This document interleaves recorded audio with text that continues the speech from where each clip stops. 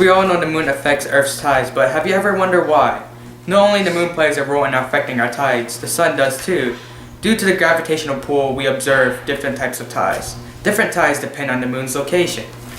There are two types of wave tides that we're going to talk about today. The first one is spring tides. This only occurs when the moon is in full moon or in new moon phases.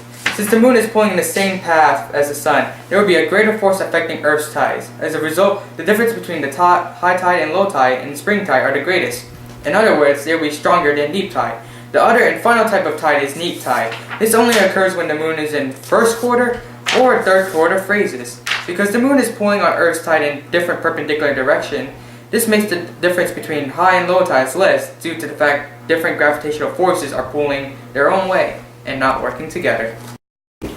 Okay, today me and Nick are going to be explaining the difference between spring tides and neap tides. For example, if I'm the moon, this guy's the earth, and Nick's the sun. So in spring tide, in full moon, I'll be pulling this way and Raphael will be pulling this way. See the major difference between high tides and low tides?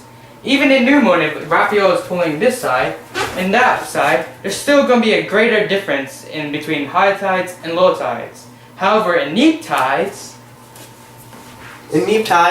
for example, in the first quarter, well, the sun is here and the moon is here. There's an equal balance all throughout the earth on tides. This means that there's a minimal difference between high tides and low tides. This also works for third quarter here. If Raphael is pulling this way and that way, and I'll be pulling this way. There's still going to be a minimal difference between high tides and low tides because the force acts on all four sides.